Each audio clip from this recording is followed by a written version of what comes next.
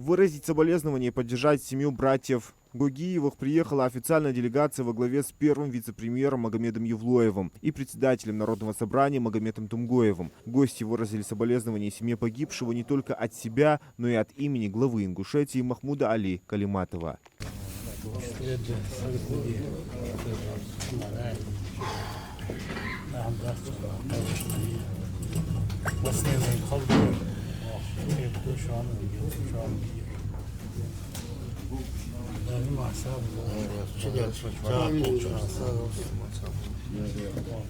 В прошлом году Зелимхан Гугиев добровольцем отправился на СВО. За короткий срок он проявил доблесть при защите интересов страны. В конце прошлого года при выполнении боевого задания он пропал без вести. Поисками Зелимхана занимался его младший брат Урусхан Гугиев, который также по контракту проходил службу в зоне спецоперации.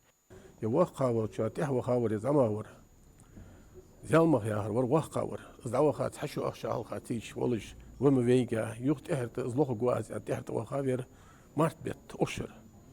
Ursan yağır.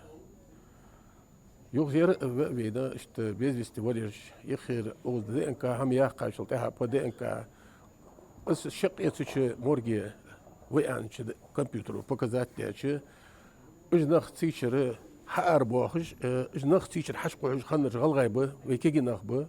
Несмотря на тяжелую утрату, родственники гордятся мужеством обоих братьев, и они благодарны делегации за их внимание семье. Qozğuluq latsat şeyde doğuşdu quluqdan sarzaqdan doğan doğdat oğuz. Dal iş mi bol ve paça dal iş bu devriyat sınıxıl. Paça loşxan detir izde darsar. Mel paça boli funna dali ve nax terkil bej bu rukovodstvo.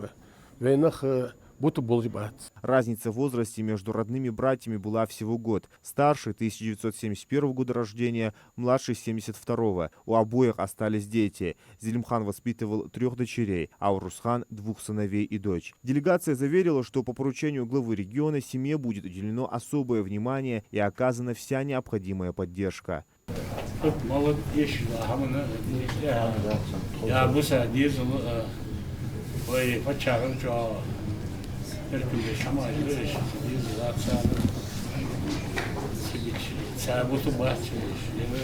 Правительство, парламент, администрация,